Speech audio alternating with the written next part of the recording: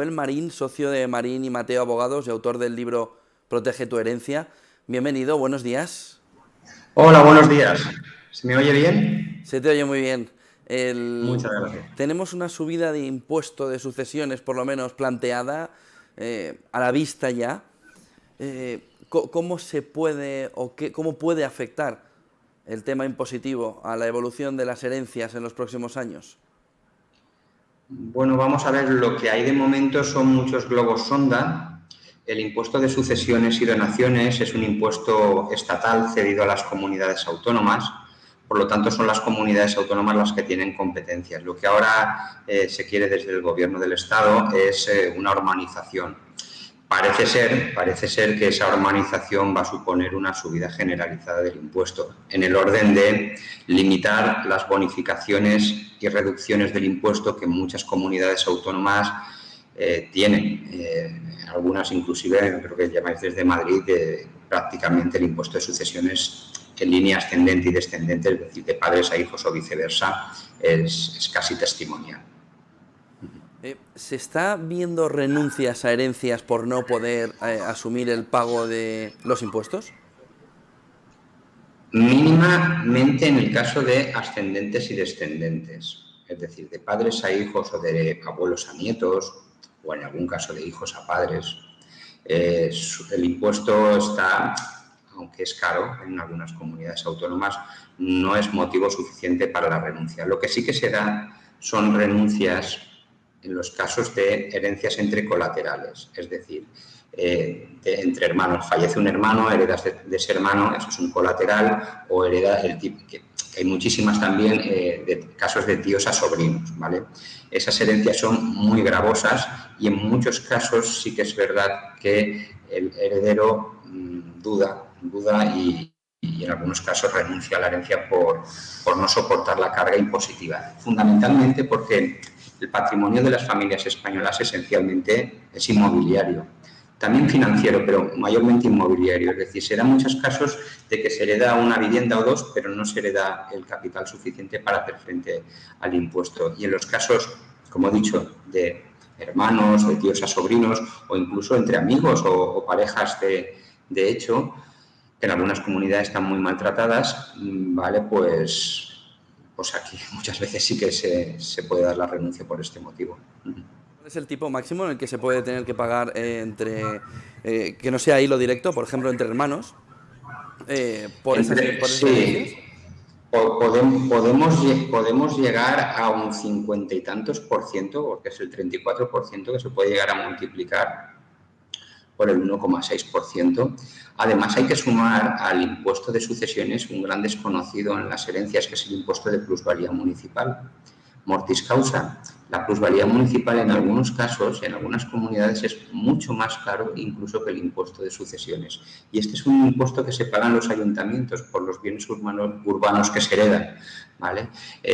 Hay casos en los que, si no hay una buena planificación fiscal y un buen asesoramiento, sí que se puede llegar a porcentajes, desde mi punto de vista, confiscatorios, es decir, que se puede llegar a superar el 60 o el 70% de la herencia en estos casos, sí. ¿Qué solución puede haber ahí para quien quiera heredar aún así? Es decir, no puede disponer del bien, pero tampoco tiene el dinero para poder pagar el impuesto. Es decir, ¿hay algún camino intermedio que permita... Sí, Sí.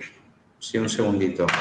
Vamos a ver, eh, estas situaciones son motivo de la falta de asesoramiento legal. Mira, la Ley General Tributaria nos concede a todos los contribuyentes la posibilidad de aplazar y fraccionar nuestros impuestos. Todos los impuestos, el IVA, el IRPF, el impuesto de sociedades y, por supuesto, el impuesto de sucesiones. Podemos pedir un aplazamiento de la cuota tributaria del impuesto de sucesiones, inscribir los bienes, venderlos y, una vez están vendidos, que hemos recuperado la liquidez, pagar el impuesto de sucesiones, evidentemente con los intereses tributarios que en cada momento sean los legales. Cada año en los presupuestos generales del Estado se establece el tipo legal del dinero y el tipo tributario del dinero. Es decir, al final tú pones en garantía tu propia herencia, pides el aplazamiento, pides, por ejemplo, 2 años de aplazamiento, lo normal es que te lo concedan Y si no te lo conceden, pues bueno, se recurre hasta que se explique los motivos por el cual a un contribuyente sí que se le aplaza un impuesto y a otro no. ¿Y qué está sucediendo con las donaciones en vida? Porque mucha gente puede querer evitar las herencias por la carga impositiva futura que pueda haber si hay un cambio en el impuesto de sociedades, en el impuesto de sucesiones, pero ¿qué está pasando con las donaciones en vida y sobre todo, son una alternativa para evitar ese impuesto de sucesiones?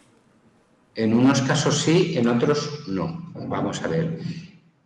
Sí que es verdad que cada vez que hay un globo sonda de subida del impuesto de sucesiones y donaciones, pues hay una avalancha de donaciones. Padres que quieren que sus hijos paguen lo mínimo cuando hereden y entonces pues anticipan y hacen donaciones. Pero ojo, las donaciones yo no soy muy partidario, o sea, por dos motivos. Uno, por el tema fiscal, porque las donaciones además tributan por IRPF.